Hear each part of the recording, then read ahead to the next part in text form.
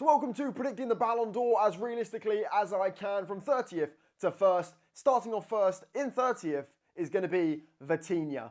Don't really know why he was nominated, in my opinion. Dovbyk is going to be next. A very good season, but again, okay. Third place finish. Up next then, Ademola Lookman, a hat-trick in the Europa League final. Other than that, an okay season. I think it's a fair shout. Mats Hummels had a fantastic Champions League campaign, and he is in 27th.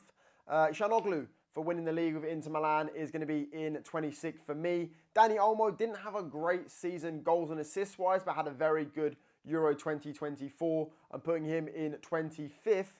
Up next then in 24th is going to be Martin Odegaard. I do think that he had a good season, but was probably Arsenal's 4th best player overall last season. Up next then is going to be Nico Williams. I think he had a very good Euro 2024. A good season overall with Athletic, winning the Copa del Rey. Up next then is going to be Granit Xhaka, was very key to Bayer Leverkusen's undefeated season and 2 trophy winning season. He is in 22nd for me. Ruben Dias is going to be in 21st. League winner with Manchester City. Very good season overall. But again, there were better players in that Man City team last season than him. Up next then in 20th is going to be Declan Rice. A very good season for Declan Rice. I think he was probably Arsenal's 3rd or maybe even 2nd best player last season for me. Up next then in 19th is going to be Antonio Rudiger. An incredible Champions League campaign, Champions League winner, La Liga winner. What a performance it was from him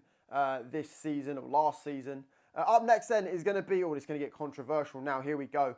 Bukayo Saka is in 18th for me. A very good season overall, but again, trophies. Trophies are what matter. Trophies are what matter. Saliba is up next then for Arsenal in 17th. I think he had a very, very good overall season in regard to his performances. Up next then is going to be Lamine Yamal. I think he had a very, very good Euro 2024. Was the best player in my opinion, other than maybe Rodri at Euro 2024.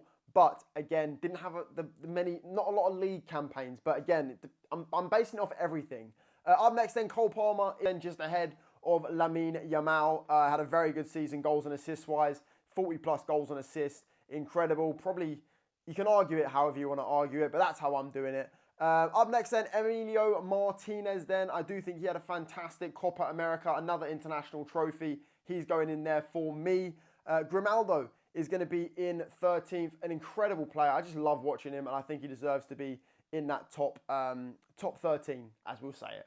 Toni Kroos, I mean, you've got to send him off in 12th. I think he had a fantastic season overall. Obviously, Champions League winner. Didn't get the result he wanted in the Euro 2024, but he is going to be there for me. Up next then, Valverde in 11th place then. A very good season overall for Real Madrid, and obviously a Champions League, La Liga winner. Again, one of my favourite midfielders in the world. Wirtz was probably the main man, as you would say it, for Bayer Leverkusen last season. I am putting him in, I think that is the top 10. Up next then is going to be Erling Haaland then. I do think he deserves to be in the top 10. Another great individual season. Probably wasn't his best, but a Premier League champion, he deserves to be there. Up next then is going to be Kylian Mbappe. I think a good season again, fantastic in the French League, but again, didn't really show up at Euro 2024. Up next then is going to be Dani Carvajal. I think winning every trophy you can win as a player is incredible. Deserves a top 10 finish, but I'm not putting him any higher than the top 5.